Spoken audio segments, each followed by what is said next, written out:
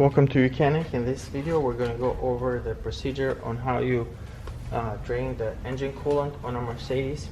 The first thing you need to do is you need to allow the engine to cool down so you don't get burned. Then you'll need to raise the front of the vehicle.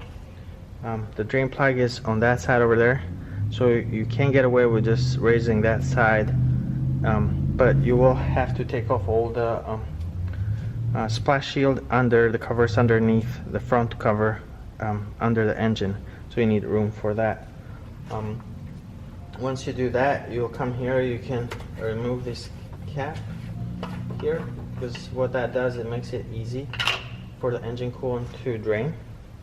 And once you do that, then we're gonna go under the vehicle, right down there on that corner on the driver's side, on the corner of the radiator is where the drain plug is, and we're going to drain the coolant. So next, take a drain pan. You want to make sure that it's going to be big enough. If it's not big enough, make sure to get ready to close this so you can drain it, and then you come back and refill it. So put that drain pan straight underneath the hole here. This is where the coolant is going to drain. Okay, so right here is the drain plug. You can see it right here. It's typically pointing straight up. In order to access the drain plug, though, you need to remove this cover under the engine, or also called the splash shield.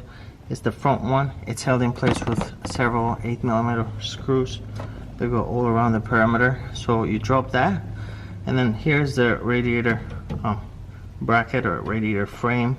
Coolant is going to drain right through this hole, but the drain plug is here. The drain plug is going to be vertical.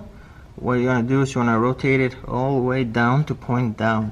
So it's going to end up vertical again, but in a 180 rotation, and you're coming counterclockwise. So you're coming this way. So it helps to have a set of pliers to grab this, to grab that, and then rotate it.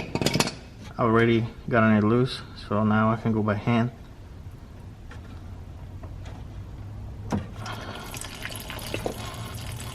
Now you can see how that's pointing down instead of up, and the coolant is draining.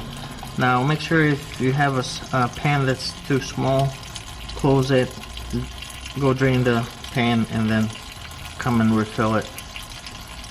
So this is how you drain the engine coolant and do an engine coolant flush on a Mercedes. Thanks for watching.